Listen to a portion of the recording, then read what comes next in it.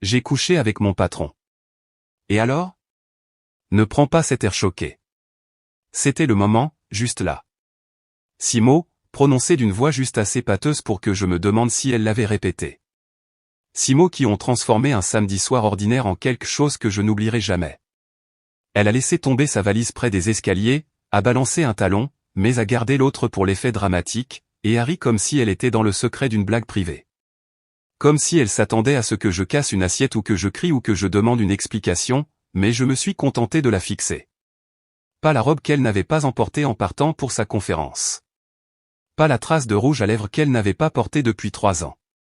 Pas le collier en or qui était manifestement nouveau.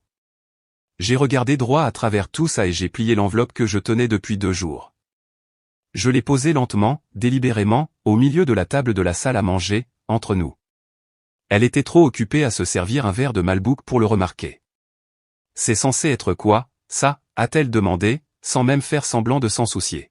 « Tu devrais peut-être la lire, » ai-je dit, en la faisant glisser sur le grain du bois sans lever les yeux. Elle a ricané, ne l'a même pas touchée, s'est juste penchée en arrière et a laissé échapper un petit rire, a pris une longue gorgée et a marmonné, « Mon Dieu, que tu es théâtrale. » Sa voix a légèrement résonné dans la cuisine à air ouverte. C'est incroyable comme le silence devient soudain un personnage à part entière quand la confiance quitte une pièce. Je n'ai pas dit un mot de plus. Pas sur l'aventure, pas sur la promotion qu'elle avait obtenue, pas sur les mois où je l'avais tranquillement regardé devenir quelqu'un que je n'embaucherais même pas pour arroser mes plantes. J'ai simplement tendu la main, tapoté une fois sur mon ordinateur portable et cliqué sur confirmer pour un envoi programmé. C'était à 20h43. L'ironie, c'est que ce même ordinateur portable était celui que je lui avais acheté à Noël dernier. J'avais dit que ça l'aiderait à construire son rêve. Ce rêve s'est avéré être un poste de cadre intermédiaire bâti sur le réseautage et les barres feutrées des hôtels. Elle est montée à l'étage après son 2e verre, en fredonnant quelque chose de faux. Je suis resté en bas, assis sur cette chaise pendant 2 heures. L'enveloppe est restée intacte. Ses talons, l'un toujours à son pied, l'autre jeté sous le canapé. On aurait dit les pièces d'une scène de crime que la police n'avait pas encore découverte. Maintenant, je sais que la plupart des gens auraient explosé, crié, exigé des noms, des détails, des dates. Mais ce n'est pas mon genre, parce que crier, c'est pour les gens qui n'ont pas d'option. J'en avais plein, et j'avais le temps. Si vous êtes arrivé jusqu'ici dans l'histoire, je vais vous demander quelque chose qui aide plus que vous ne le pensez. Abonnez-vous. Plus de 90% d'entre vous qui écoutez ne l'ont pas fait. Et honnêtement, voir ce chiffre baisser motive diablement l'équipe derrière ces histoires. Quoi qu'il en soit, ce n'était pas le premier signal d'alarme. La première fois qu'elle est rentrée à la maison avec une histoire de dîner tardif avec un client qui s'est terminé avec du mascara qui avait coulé et une facture de VTC provenant d'une adresse à 40 minutes dans la direction opposée. Ou quand j'ai remarqué que son calendrier de voyage d'affaires, quelque chose que je gérais autrefois, comportait soudain des réservations que je n'avais jamais vues sur notre compte joint. Non, c'était juste la première fois qu'elle le disait à voix haute.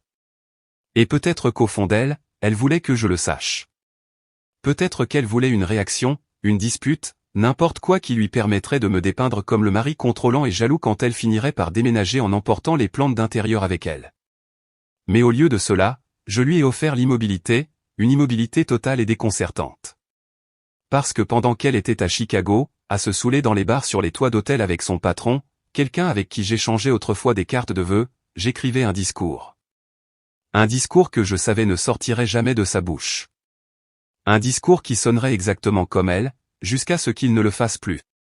Il commençait de manière flatteuse, idéaliste, les valeurs de l'entreprise, l'impact sur la communauté, le leadership éthique. Puis, à mi-parcours, il changeait. Les détails devenaient spécifiques. Des dates, des noms, des lieux, assez pour faire saigner les oreilles de n'importe quel comité d'éthique. Et ce n'était pas que des mots.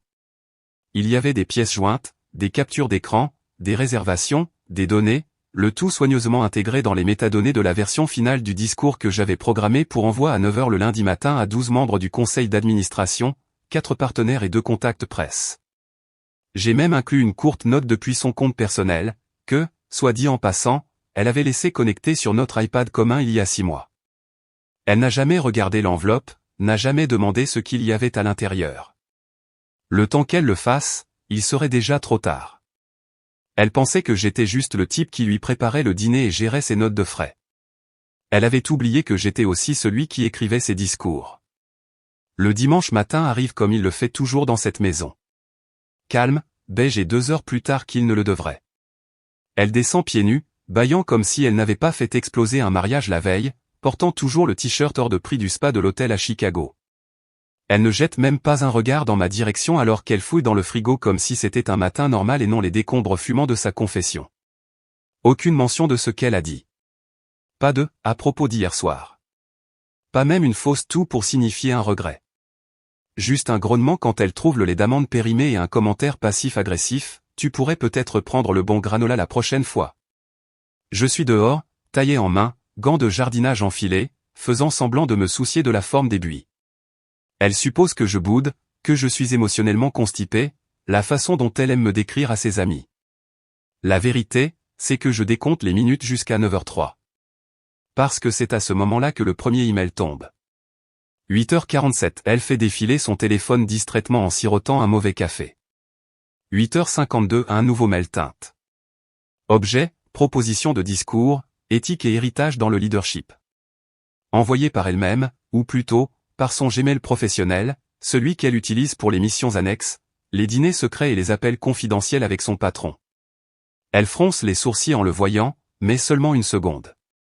Elle doit supposer que c'est un brouillon qu'elle a oublié de supprimer. Son ego a toujours été plus fort que sa prudence. Elle ouvre l'email, survole 2 lignes, puis marmonne, PFF, qui écrit cette merde? Je l'observe depuis la fenêtre maintenant. Je vois le moment exact où ses yeux hésitent sur la diapositive de titre. La voilà. Notre table de cuisine, son nom sur la première page, sa photo dans le coin, et les mots éthique, héritage et leadership placardés en dessous comme le slogan d'une blague cruelle. Mais elle ne le lit pas. Pas vraiment. Elle fait défiler, s'arrête à mi-chemin, puis ferme l'application comme si c'était indigne d'elle, jette le téléphone sur le comptoir, lève les yeux au ciel. PFF. Il fait sérieusement la gueule, dit-elle à personne, en remontant à l'étage comme si son mariage n'avait pas déjà été transformé en une arme sous forme de PowerPoint. Elle ne sait pas que le fichier a été envoyé à d'autres personnes qu'elle. Elle ne sait pas que chaque image, chaque ligne, chaque tournure de phrase a été conçue par rétro-ingénierie pour sonner exactement comme sa voix, jusqu'au moment où ce n'était plus le cas. Elle ne sait pas que j'ai inclus des hyperliens intégrés, des reçus cliquables dissimulés dans des listes à puces, masqués en citation, des dépenses de conférences qui ne correspondent jamais au lieu réel, des postes de dépenses pour des dîners de clients dans des villes où aucun client n'existait, des séjours à l'hôtel qui ne coïncidaient pas avec son itinéraire.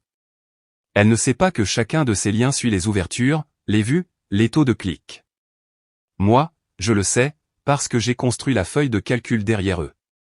Il est encore tôt. Elle pense avoir le dessus. Pense que sa petite confession nocturne n'était qu'un moment de transparence, un de ces mots à la mode qu'elle aime lancer lors de ses séminaires RH. Laissez-la penser que je suis dehors en train de ruminer. Laissez-la penser qu'il s'agit d'un cœur brisé ou d'une fierté blessée. Je ne suis pas en colère. Je suis curieux. Curieux de savoir combien de temps il faudra à son patron pour réaliser que ce discours, celui attaché à son nom et à son email, contient le début d'une crise éthique très publique et très spécifique. Et le temps presse, car pendant qu'elle est en train de se brosser les dents en fredonnant du Taylor Swift, la liste des destinataires est déjà en train de l'examiner. Certains d'entre eux ne feront que survoler. D'autres le transmettront à leurs assistants. Mais au moins, un membre du conseil avec une conscience ou une vendetta, lira chaque mot. Et quand ils le feront, ils reconnaîtront la voix derrière. Pas la sienne. La mienne. Lundi, 8h02. Je suis sur la terrasse arrière, un café dans une main, regardant le chien du voisin aboyer après un écureuil comme si c'était une insulte personnelle. Le monde est merveilleusement normal, pour l'instant. À l'intérieur, elle en est à sa 2e tasse, faisant défiler son téléphone comme si elle cherchait des coussins, complètement inconsciente que l'oxygène de sa carrière est sur le point d'être aspiré. Puis mon téléphone sonne. Numéro inconnu, mais je sais déjà. Je réponds avec un « oui » décontracté. Il y a une pause. Le genre de pause qu'on entend que lorsque quelqu'un essaie de paraître calme alors que la pièce autour de lui est en feu. Puis, c'est Darren. Sa voix est tendue. Le genre de tension qui se produit lorsque quelqu'un se tient dans un bureau aux vitres insonorisées, une main pressée sur le récepteur pour que l'assistant ne l'entende pas paniquer. Je viens de recevoir le brouillon du discours. Celui intitulé Éthique et héritage. Est-ce que vous? Est-ce qu'elle? Qui a écrit ça? J'ai dit mon café noir. Sans sucre. D'où ça vient, exige-t-il. À qui as-tu envoyé ça? C'est quoi cette dernière section, bordel? J'entends un son étouffé en arrière-plan. Une voix de femme, peut-être son assistante, demandant s'il est prêt pour l'appel de 8h15 avec le responsable des relations publiques. Il lui aboie dessus. Décale-le. De 10 minutes. Silence sur la ligne. Je le laisse planer juste assez longtemps avant de répondre. La diffusion automatique à tous les membres du conseil est programmée pour midi, à moins que je ne l'annule manuellement. Son souffle se coupe. Je peux presque entendre sa cravate se resserrer autour de son cou comme un nœud coulant. Vous bluffez, dit-il, mais sa voix est faible. Même lui n'y croit pas, ah oui? Clic, la ligne est coupée. À l'intérieur de la maison, j'entends le bruit de la douche qui commence. Elle fredonne. Ce même fredonnement faux qu'elle fait toujours quand elle pense s'en être tirée à bon compte. Elle n'a toujours aucune idée. Darren ne l'a pas encore appelée, parce que Darren est actuellement dans son bureau, les mains sur la tête, en train de réaliser que la femme avec qui il couche est sur le point de faire le buzz en interne, d'abord avec un discours qui détaille avec une précision nauséabonde jusqu'où il est allé pour fabriquer son ascension. Il réalise que les dates correspondent. Les chronologies collent. La phrase sur la reconnaissance du potentiel de leadership lors de conférences d'hôtels non conventionnelles n'est pas aussi subtile qu'il le pensait à la première lecture. Et ce dernier paragraphe, celui qui commence par « J'ai un jour cru que seul le mérite définissait le succès », jusqu'à ce que je vois un homme échanger l'intégrité contre l'intimité et appeler ça du mentorat. Ouais, cette partie a déjà été lue par 2 vice-présidents adjoints et un associé principal qui déteste cordialement Darren. Ma boîte de réception est silencieuse. C'est voulu. Le vrai chaos se produit dans les leurs. Je prends une autre gorgée. D'ici 9h, je sais qu'ils commenceront à s'appeler, à poser des questions, à essayer de confirmer l'origine, mais c'est propre. Pas d'empreinte digitale, juste l'illusion qu'elle l'a envoyée comme elle le fait toujours quand elle veut s'attribuer le mérite de quelque chose qu'elle a à peine survolé. Elle n'a pas remarqué la notification de calendrier que j'ai laissée sur son téléphone. Midi aujourd'hui, diffusion de l'aperçu du discours au conseil. Je regarde un cardinal se poser sur la balustrade près de moi. Il me fixe une seconde, penche la tête, puis s'envole, libre, sans attache. Darren, pendant ce temps, fait les 100 pas.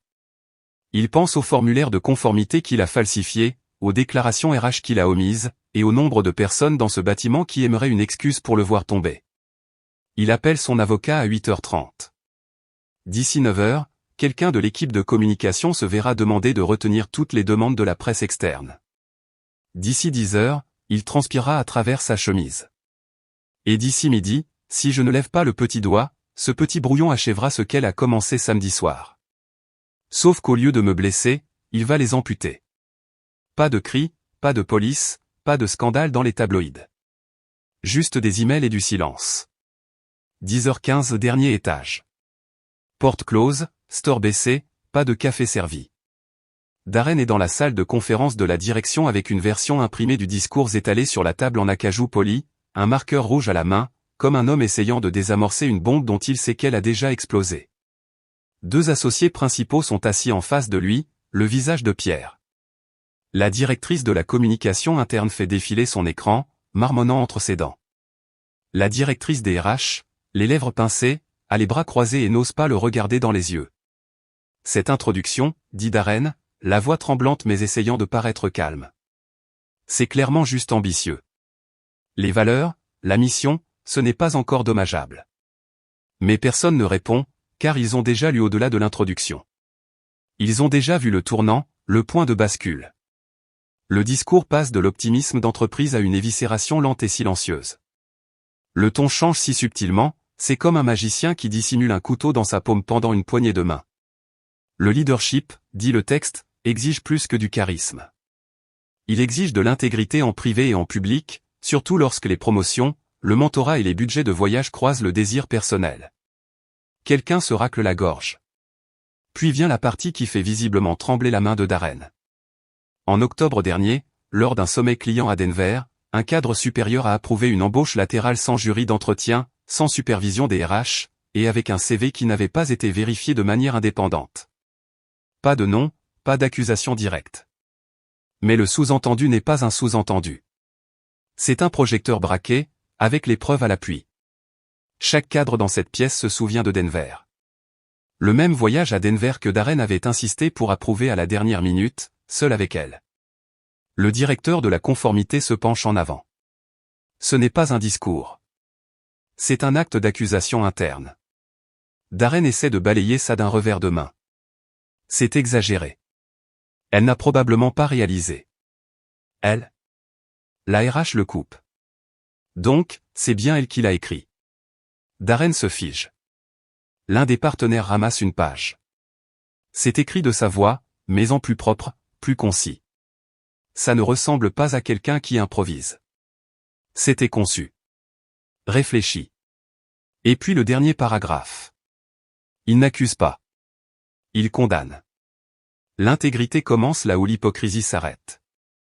Et pour certains, cette ligne a été franchie il y a bien longtemps. Personne ne parle pendant un long moment. Puis le responsable des relations publiques murmure, cela a été envoyé depuis son email, rédigé sur notre modèle interne avec des identifiants d'accès complets. Les métadonnées intégrées confirment une synchronisation de l'horodatage avec le calendrier de notre conseil. C'est irréfutable. Darren essaie à nouveau. Je vais lui parler. Elle peut clarifier. Un autre partenaire l'interrompt. Vous ne parlez à personne. Le service juridique s'en chargera. La porte s'ouvre. Un assistant junior se penche avec des yeux écarquillés. Le conseiller juridique général demande 5 minutes du temps de tout le monde. Et quelqu'un de la conformité vient de demander à extraire les journaux d'audit des RH du cycle de promotion de l'année dernière. La RH se lève. Nous sommes déjà exposés, dit-elle. Ce n'est pas du nettoyage. C'est du triage. Darren s'effondre dans le fauteuil en cuir, les yeux rivés sur la dernière ligne. Il sait ce que cela signifie. Il ne s'agit pas seulement de lui couchant avec une subordonnée. Il s'agit de chaque décision dont elle a bénéficié. Chaque politique contournée, chaque examen sauté et chaque exigence levée, le tout sous l'illusion du mérite. Parce que maintenant, le Conseil a une question qu'il ne peut ignorer. A-t-elle été promue pour sa performance ou par préférence? Ils connaissent la réponse. Et pire encore, ils doivent maintenant agir en conséquence. Parce que ce discours n'a pas fuité sur Twitter. Il n'est pas devenu public. Il a été partagé en interne, ce qui signifie qu'ils ne peuvent pas le rejeter comme une campagne de dénigrement. Ils ne peuvent pas le balayer sous le tapis d'un scandale et le qualifier de diffamation. Il est venu de l'intérieur de leur serveur de messagerie, de leurs appareils, de leur calendrier de réunion. C'est un cancer dans les murs. Et l'homme qui l'a écrit, il n'a pas dit un mot à personne depuis, car il n'en a pas besoin. Il a déjà dit tout ce qu'ils avaient besoin d'entendre, par sa bouche à elle. 11h30, elle ouvre enfin l'enveloppe. Elle était restée sur la table de la salle à manger pendant 2 jours, comme un accessoire dans une pièce qu'elle pensait avoir déjà fini de jouer. Elle l'avait ignorée pendant son survol dominical. Et ce matin, elle l'avait déplacée pour faire de la place à son petit déjeuner aux graines de chia, se moquant d'elle comme si c'était une lettre d'amour d'un homme trop faible pour se défendre. Mais maintenant, elle a vu les signes. Les appels manqués de Darren. Les pings frénétiques de l'égal sur Slack. Elle n'était pas censée être en copie du message cryptique, il faut qu'on parle, de quelqu'un de l'audit interne. Alors, elle l'ouvre enfin. La première chose qu'elle voit est un simple post-it, bleu clair, mon écriture. Si ce n'est pas si grave, pourquoi cacher ça? Elle cligne des yeux, puis soulève le reste de la pile. Les textos d'abord. Des captures d'écran imprimées. Ces mots. Les réponses de Darren. La prochaine fois, réservons la même chambre d'hôtel. Plus facile pour cacher les reçus. Emoji bisou. Je n'arrive toujours pas à croire qu'il m'ait donné ce titre. Tu fais vraiment des miracles, patron. J'adore quand tu me sers de mentor. Elle tourne les pages plus vite. La couleur quitte son visage. Il y a une impression d'un reçu de VTC de la mauvaise adresse. Un dîner à New York qu'elle avait juré être pour la fidélisation des clients, mais le reçu indique 2 plats principaux, pas d'alcool parce qu'ils avaient apporté leur propre bouteille. Je me souviens avoir trouvé celui-là caché au fond de notre compte commun. Puis viennent les factures d'hôtel, recoupées, encerclées, alignées avec son calendrier. Certaines proviennent de villes où elle ne m'avait jamais dit être allée. L'une d'elles montre même que la conférence de réseautage à laquelle elle prétendait assister était en fait un complexe passant centre de conférence sur place. Elle s'arrête à mi-chemin, s'agrippe à la table pour garder l'équilibre. Puis, enfin, elle attrape son téléphone. Ses pouces volent. Elle ouvre les messages. Moi, vu pour la dernière fois il y a 2 heures. Elle tape, on peut parler, s'il te plaît? Je ne voulais pas te blesser comme ça. Je ne pensais pas que tu... Elle hésite. Efface. Réglons ça avant que quelqu'un d'autre ne soit impliqué. Tu ne fais qu'empirer les choses pour nous deux. Envoie. La bulle apparaît une seconde, puis disparaît. Puis une seule réponse arrive. Pas de moi. Une réponse automatique. Ce numéro n'est plus surveillé. Toute communication doit passer par une représentation juridique. Si vous avez retenu les services d'un avocat, veuillez le diriger en conséquence. Elle le lit 3 fois. Ses mains se mettent à trembler, car pour la première fois, elle réalise qu'il n'y a pas de canal officieux, pas d'excuse qu'elle puisse instrumentaliser, pas de conversation nocturne où elle se présenterait comme la victime d'une déconnexion émotionnelle ou d'un éloignement progressif. Cette porte s'est refermée. Elle se précipite sur ses emails. Et c'est mon adresse personnelle, puis mon email professionnel, bloqué. Elle ouvre WhatsApp, rien. Et c'est Facebook Messenger, bloqué. Signal, aucune correspondance. LinkedIn, elle voit que j'ai supprimé mon profil ce matin. Tout la frappe en même temps. Elle n'a pas affaire à un homme qui essaie de sauver un mariage. Elle a affaire à quelqu'un qui est déjà parti, et pire, quelqu'un qui sait tout. Elle appelle Darren. Messagerie vocale. Elle envoie un texto, tu dois prendre les devants. Je n'ai pas envoyé ce discours. Tu le sais. Pas de réponse. Parce que Darren est dans une autre salle de crise maintenant, essayant d'expliquer au conseil comment un discours avec des preuves intégrées, des clics suivis et des aveux violant les règles des RH a été envoyé depuis un compte avec son nom dans l'historique des contacts. Et elle n'est plus son levier. Elle est le poids qui le tire vers le bas. De retour à la table de la cuisine, elle fixe l'enveloppe comme si elle pouvait développer des crocs. Parce que la vérité n'est pas seulement imprimée à l'intérieur. Elle a déjà été envoyée, transférée, lue, discutée, et ses mains sont vides, à l'exception d'un téléphone qui parle maintenant en clause de non-responsabilité juridique. Cet après-midi-là, elle est conduite dans la salle du conseil par une assistante qui n'établit pas de contact visuel. Le genre d'assistante qui riait autrefois à ses blagues et l'appelait par son prénom. Maintenant, c'est juste, ils vous attendent à l'intérieur. Elle franchit les portes en verre, s'attendant à une place à la table. Il n'y en a aucune. Pas de chaise, pas de politesse, pas de buffet comme d'habitude. Juste une longue table froide et 3 personnes debout de l'autre côté.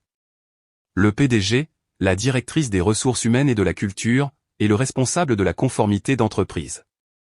Chacun a un dossier. Aucun ne lui offre un sourire. Elle reste là, les bras croisés, essayant de projeter du calme, mais elle sait ce que c'est.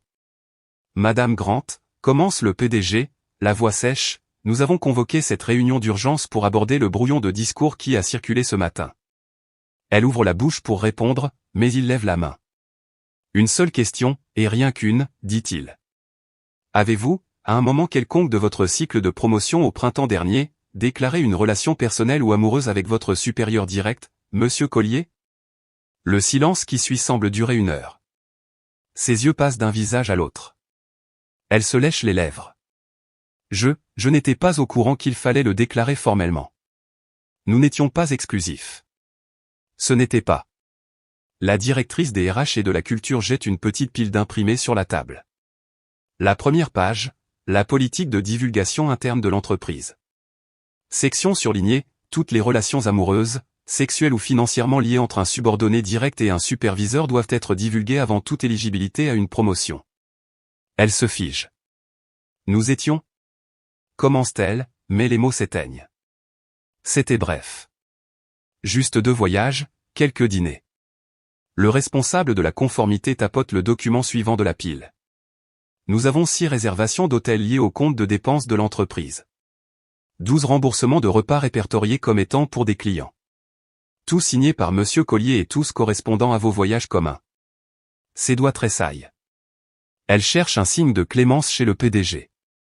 Il n'y en a aucun. Le conseil, dit-il, n'est pas seulement préoccupé par l'éthique. Nous sommes maintenant juridiquement exposés. Elle essaie de prendre les documents, mais la directrice des RH les déplace d'1 centimètre. Subtil, délibéré. Ce brouillon de discours, dit le responsable de la conformité, a maintenant été ouvert par 6 directeurs, 2 consultants externes, et a été répliqué sur notre disque des relations avec les investisseurs avant de pouvoir être rappelé. Elle ne comprend pas, répliquer. Télécharger, indexer, partager. La pièce est silencieuse, à l'exception de sa respiration, qui devient de plus en plus courte. La directrice des RH croise les bras. Vous connaissiez la politique. Vous avez signé vous-même le manuel mis à jour. C'est horodaté. Sa voix se brise maintenant. Je ne. Écoutez, Darren n'a jamais soulevé ce point. Il m'a dit que c'était bon, que ce ne serait pas un problème. Le PDG intervient, le ton tranchant comme une lame de rasoir. Et maintenant, vous essayez de rejeter la faute sur votre supérieur. Elle essaie de se rétracter, mais le piège s'est déjà refermé, car c'est ce qu'est vraiment cette réunion. Pas une conversation, mais une formalité, le genre qu'ils tiennent lorsque la conclusion a déjà été tirée. Les preuves sont imprimées. La politique est claire. Les dégâts se propagent. Un bruit sourd se fait entendre au bout de la table alors qu'une simple enveloppe blanche est placée devant elle. Elle la regarde, puis lève les yeux. Qu'est-ce que c'est ? La directrice des RH répond. Un avis de mise en congé volontaire en attendant une enquête interne. Elle cligne des yeux. Volontaire ? Si vous ne signez pas, nous procéderons pour rupture de contrat, ce qui signifie licenciement, perte immédiate des avantages sociaux et révocation de vos options d'achat d'actions en attente. Si vous signez, nous lançons un examen interne. Vous conservez des avantages minimes, et nous discuterons de votre départ discrètement. Elle baisse les yeux sur le papier. Pas de chaise pour s'effondrer, juste ses propres jambes qui commencent à flancher. Elle veut crier, nier, dire qu'elle a été piégée, que quelqu'un a tout manigancé. Mais elle sait. Elle sait ce qu'il y a dans ce discours. Elle l'a à peine lu, mais elle a senti le ton. Vu la piste. Et ce ne sont pas seulement les données. C'est la voix derrière. Celle qu'elle pensait pouvoir humilier et dépasser. Elle prend le stylo, signe. Sa main tient à peine. Et pour la première fois, elle réalise qu'elle n'est pas dans une pièce remplie d'ennemis. Elle est dans une pièce remplie de gens qui lui faisaient confiance, qui la soutenaient. Et maintenant ils veulent juste qu'elle parte avant qu'elle ne brûle le reste du bâtiment. 1 heure plus tard, elle est dehors, faisant les 100 pas sur le trottoir près de l'entrée des RH, son téléphone serré si fort qu'il pourrait se fissurer. La voiture de société est déjà désactivée. Son badge d'accès ne fonctionne nulle part. Elle est officiellement en congé, ce qui est le langage d'entreprise pour « excommunier », mais il lui reste un dernier coup à jouer. Jason Morrow, directeur des relations publiques, charismatique, loyal jusqu'à la faute. Toujours celui qui couvrait les choses quand Darren ratait une citation ou qu'elle se trompait sur un chiffre dans une conférence. Plus important encore, Jason était autrefois le meilleur ami de son mari. Ils étaient allés à l'université ensemble. Même dortoir, même équipe de baseball. Elle avait même porté un toast au mariage de Jason.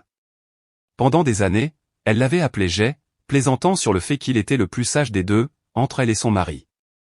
Alors, elle compose son numéro. Ça sonne, directement sur la messagerie vocale. Elle essaie à nouveau. Cette fois, elle laisse un message. Jason, c'est moi. Écoute, j'ai besoin de ton aide. Il se passe quelque chose et je sais que tu as probablement entendu parler de l'email. Je n'ai pas écrit ce discours. Je ne l'aurais pas fait. Je n'aurais pas pu. Tu me connais. S'il te plaît, rappelle-moi. Elle termine l'appel, attends, rien. Les minutes passent. Elle rafraîchit sa boîte de réception. Toujours rien. Alors, elle essaie sa ligne de bureau. Verrouillée. Elle fixe le téléphone comme s'il venait de la gifler. Puis quelque chose se déclenche. Pas encore la panique, juste de la confusion. se transformant rapidement en quelque chose de plus froid. Elle ouvre LinkedIn, trouve le profil de Jason, fait défiler jusqu'en bas. Université du Michigan, promotion 2007, mineur en études de la communication. Cofondateur du cercle des rédacteurs de discours Legacy. Attends, cofondateur. Son pouce plane. Elle n'avait pas entendu ce nom depuis plus de 10 ans. À l'époque où son mari faisait des petites missions de conseil et écrivait des brouillons de discours pour des cadres fraîchement nommés qui essayaient de paraître plus intelligents qu'ils ne l'étaient. Elle avait toujours levé les yeux au ciel. Le cercle des rédacteurs de discours Legacy. Quoi? Un club secret pour des hommes tristes et surdiplômés avec des métaphores. Jason était son partenaire là-dedans. Elle n'y avait jamais beaucoup réfléchi jusqu'à présent. Elle fait défiler à nouveau.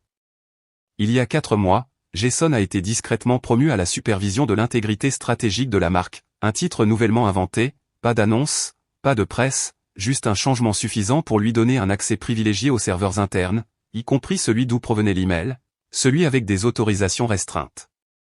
Seules 3 personnes pouvaient envoyer des messages depuis ce serveur. Le directeur technique, Jason et Darren lui-même. Sa poitrine se serre. Ce n'était pas seulement son mari. Il avait de l'aide. Jason était resté silencieux, non pas parce qu'il était dégoûté ou honteux, mais parce qu'il était dans le coup. Elle ouvre la politique de sécurité informatique de son entreprise. Commence à creuser, trouve le code du serveur sur le rapport de métadonnées que Darren a mentionné dans la salle du conseil. Le voilà. LS Circle 03. Son estomac se noue. Legacy Speech Circle. Ce stupide petit groupe de conseil. Ce n'était pas un passe-temps. C'était le système de livraison. Il n'a pas seulement envoyé un discours. Il a utilisé leur propre infrastructure, leur langage de marque, leur mise en forme, leur ton. Jason a conçu la première moitié pour qu'elle sonne comme ses plus grands succès.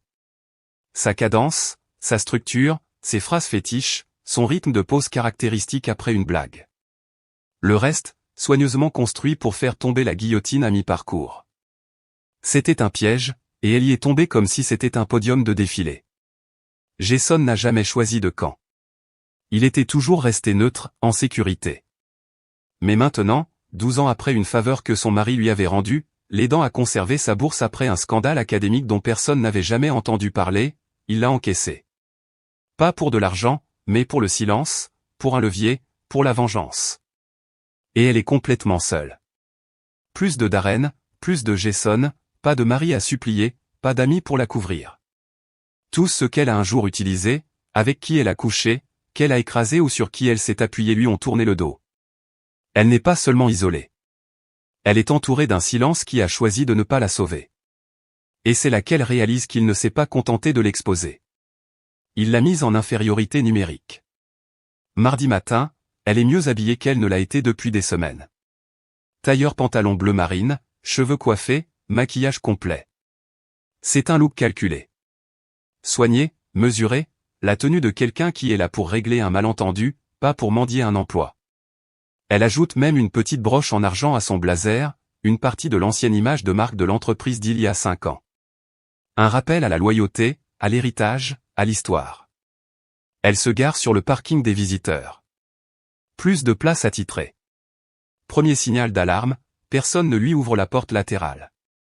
Elle fait un signe à la réceptionniste à travers la vitre, Amy, qui lui préparait autrefois des biscuits pour son anniversaire, et Amy fait semblant de ne pas la voir.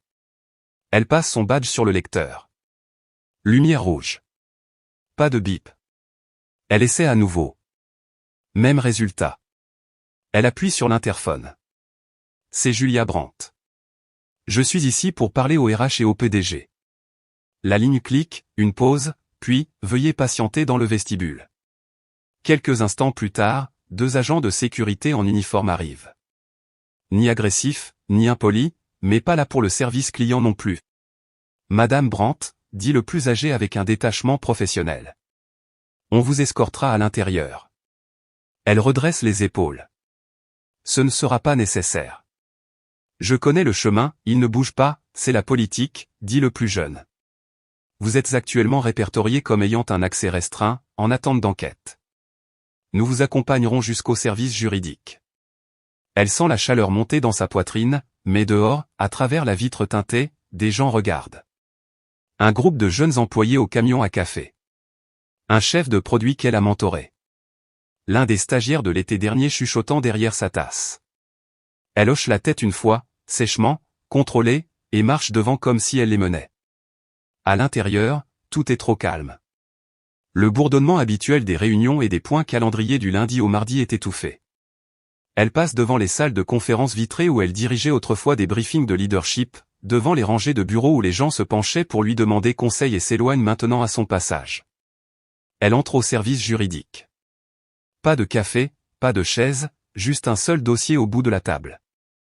Et une femme, Suzanne des RH, assise avec une avocate d'entreprise en robe bleu marine. Aucune ne dit bonjour.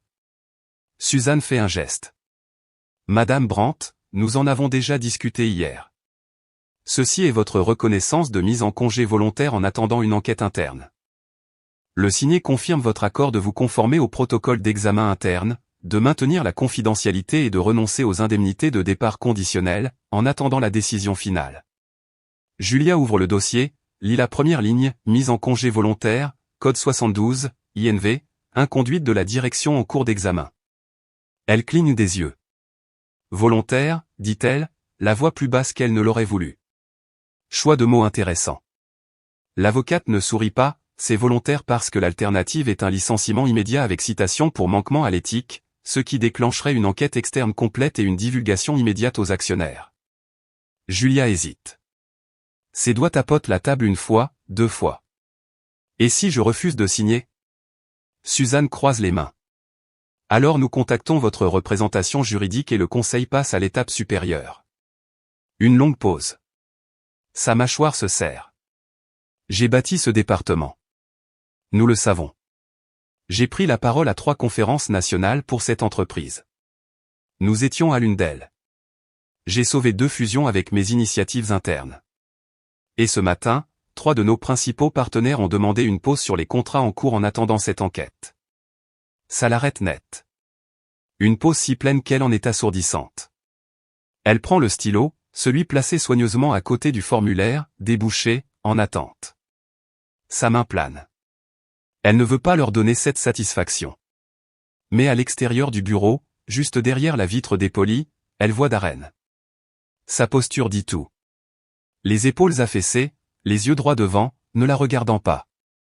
Il n'est pas là pour arranger quoi que ce soit. Il est là pour ne pas être elle.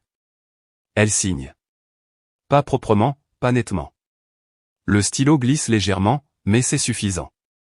Suzanne hoche la tête, prend le dossier, le glisse dans une enveloppe scellée. Vous serez contacté pour des entretiens de suivi dans la semaine, dit l'avocate. Veuillez éviter tout contact direct avec les employés actuels jusqu'à la conclusion de l'examen. Julia se lève. Les gardes sont déjà derrière elle. Elle sort, pas aussi vite, pas aussi fière, passe devant les murs de verre, devant les escaliers. Dehors, son reflet dans la vitre teintée semble différent, plus petit. Et cette fois, quand elle pousse la porte, personne ne la lui tient. Jeudi matin, elle reçoit l'appel à 7h12 précise. Pas de politesse, juste un message sec d'un numéro masqué. Réunion du conseil à 9h. Présence requise. Présence juridique confirmée. Elle ne pose pas de questions. Elle n'en a pas besoin. Ce n'est pas un point de suivi ou une clarification. C'est la fin. Elle arrive 10 minutes en avance. Elle porte du noir cette fois. Pas le genre de tailleur destiné à signaler la force, juste le genre qui ne se froisse pas quand on transpire dedans. Ses talons semblent plus lourds aujourd'hui. Sa confiance, vidée comme l'écho de ses propres citations de discours maintenant utilisées contre elle. La réceptionniste ne dit pas un mot, fait juste un geste vers l'ascenseur et appuie sur le bouton sans contact visuel. 20e étage. Salle du conseil de direction. Mur de verre, angle vif et une climatisation calibrée pour mettre les gens mal à l'aise. Elle entre et le sait instantanément. Cette pièce ne lui était plus destinée. Ils sont déjà en pleine discussion. 12 personnes assises autour de la longue table. Tous les yeux rivés sur des imprimés, des tablettes et un immense écran au bout de la pièce affichant un rapport qu'elle n'a jamais vu auparavant. Une chaise reste libre. Elle est à côté du conseiller juridique interne avec une plaque nominative indiquant « Représentation juridique externe, observateur uniquement ». Ce n'est pas pour elle. Elle se tient derrière. Personne ne l'invite à s'asseoir. Darren est là, à l'autre bout, les yeux collés à un bloc-notes juridique. Il ne lève pas les yeux, ne hoche pas la tête, rien. Juste le silence et la honte, comme s'il essayait de disparaître dans le rembourrage.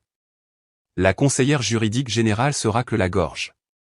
Nous avons conclu l'examen interne concernant le discours envoyé lundi matin et la conduite qui a suivi. Pas de préambule, pas de contexte. Julia déglutit difficilement. À ce jour, poursuit la femme, la conduite de Madame Brandt a été jugée en violation de notre accord d'éthique des cadres et de nos normes de conformité en matière de promotion interne. Julia commence à parler, mais une main se lève du côté du vice-président des risques. Finissons. La conseillère juridique générale poursuit. En raison de ces violations et des dommages potentiels à long terme à la réputation encourue par la communication interne non approuvée, l'indemnité de départ, les options d'achat d'actions et le plan de transition de Madame Brandt sont révoqués en vertu de la clause 6b, licenciement pour faute grave. Elle se fige. C'est officiel. 34 pages d'avantages et d'atterrissage en douceur, disparu. L'écran change. Une nouvelle diapositive apparaît. Engagement de consultant mis à jour. À partir du T3. Et le voilà. Le nom de son mari. Samuel Brandt, contributeur de discours et consultant en communication stratégique. Contracté. Elle ne scie pas. Quelqu'un près du bout de la table murmure entre ses dents. Pourquoi ne l'a-t-elle pas simplement quitté tranquillement? La phrase atterrit comme une gifle. Un membre du conseil des opérations fait un signe de tête vers l'écran. Nous avons examiné toute la chaîne de métadonnées. Son implication a été vérifiée. Tout remonté aux serveurs internes et à un accès authentifié. Aucune faille. Il a suivi le protocole. Le PDG la regarde enfin, le regard plat, indéchiffrable. Ce n'était pas du sabotage, Julia. C'était de la stratégie. Elle expire, si on peut appeler ça comme ça. Personne ne crie. Personne ne la traite de honte. Ce n'est pas de l'humiliation. C'est pire. C'est chirurgical. Elle regarde Darren. Toujours pas de contact visuel. Juste un homme qui se désintègre en silence à côté de la bombe qu'il a aidé à construire. Son silence l'a un jour servi. Maintenant, son exposition menace de le noyer aussi. Et quant à Jason, absent. Homme intelligent, trop propre pour être pris dans le champ de débris. Le conseil vote un par un, unanime. Julia signe le document final sans commentaire. Ce n'est plus que de l'encre maintenant. De l'encre et du silence et une conscience croissante que l'homme dont elle s'était moquée pour être trop calme, trop méthodique, trop disponible avait passé des mois à poser des fondations qu'elle n'avait jamais vues venir. L'écran s'estompe pour afficher le logo de l'entreprise. Elle est congédiée en 2 mots. C'est terminé. Pas d'escorte de sécurité cette fois. Elle sort par ses propres moyens, mais chaque pas semble appartenir à quelqu'un d'autre. Hors de la salle du conseil, hors de la pertinence, hors du temps. Et quelque part, probablement dans une salle tranquille avec un mauvais café et un pupitre bon marché, son mari est déjà en train d'écrire le discours de quelqu'un d'autre. Vendredi, 6h42. Le téléphone vibre sur la table de chevet comme s'il essayait de s'échapper. Elle fixe l'écran, voit le nom et hésite. Elle n'a pas entendu sa voix depuis des jours. Pas depuis la réunion. Pas depuis qu'elle l'a vu tressaillir lorsque son nom a été mentionné devant le conseil. Et maintenant il appelle depuis un numéro personnel. Pas de redirection de bureau. Pas d'assistant. Pas de tampon juridique. Elle répond. C'est Darren, mais pas le Darren dont elle se souvient. Celui trop confiant qui flirtait derrière les PowerPoint et aplanissait les crises avec du scotch hors de prix. Ce Darren-là a une voix de gravier. Épuisé, vidé. Je ne sais pas à qui il l'a envoyé, dit-il. Pas de salutation, juste une panique brute. Mes 2 investisseurs se sont retirés pendant la nuit. Simplement partis. Les événements de presse du T4 sont annulés. Le comité d'éthique demande un audit par un tiers. Et notre conseil juridique externe demande les journaux de chronologie remontant à 18 mois. Elle s'assoit, la gorge sèche. Il s'était assuré que le discours ne pourrait pas être contenu. Darren continue, ce n'est plus seulement le conseil maintenant. Il y a une archive numérique, un lien miroir externe. Un partenaire de Cronies Capital l'a transféré à notre principal chargé de compte avec pour objet, est-ce de la satire ou un témoignage? Silence.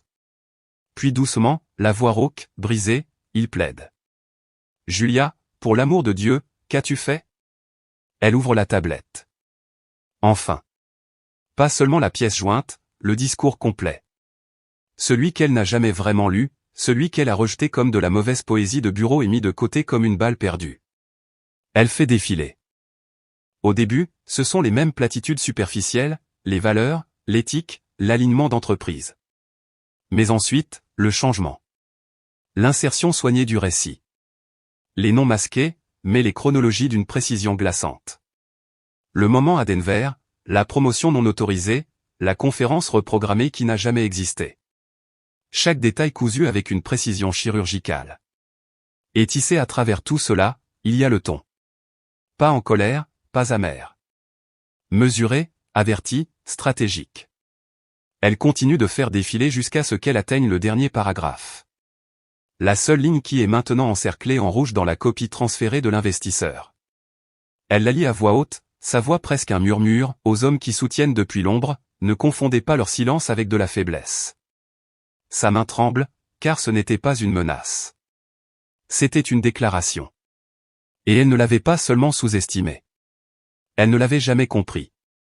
De l'autre côté de la ville, dans un modeste amphithéâtre d'une université communautaire, il se tient derrière un pupitre en bois éraflé. Le genre d'endroit où les gens parlent parce qu'ils croient que quelqu'un, n'importe qui, pourrait écouter, pas parce qu'ils sont payés pour le faire. Il ajuste le microphone, place une petite enceinte Bluetooth à côté. Une foule d'environ 40 personnes, principalement des étudiants et 2 professeurs, lèvent les yeux de leurs cahiers. Il se racle la gorge. Ceci a été écrit à l'origine pour quelqu'un d'autre, dit-il calmement. Mais maintenant, je pense que vous l'apprécierez davantage. Et il commence. Pas de visuel tape à accent grave-l'œil, pas d'applaudissements, pas de caméra virale. Juste sa voix. Et le discours qui a réduit en cendres un empire bâti sur les apparences. Un discours qui a transformé l'humilié en l'auteur de ce règlement de compte. Il ne jubile pas. Il n'a même pas l'air satisfait. Mais il y a quelque chose dans sa voix, stable, chaleureuse, résolue. Pas de la vengeance, pas de la joie mauvaise. Juste de la maîtrise. De retour dans son appartement, le téléphone glisse de sa main, heurte le sol moquetté avec un bruit sourd. Sa carrière est finie. Sa réputation, déchiquetée en chuchotements et en fils de mai auquel elle ne sera plus jamais en copie. Et lui. Il ne regarde même pas en arrière. Parce que l'homme dont elle s'est moquée, qu'elle a ridiculisé, qu'elle a trompé et qu'elle a rejeté comme son petit mari au foyer bien sage, il avait écrit le mot de la fin, et s'était bien assuré qu'elle l'entendrait.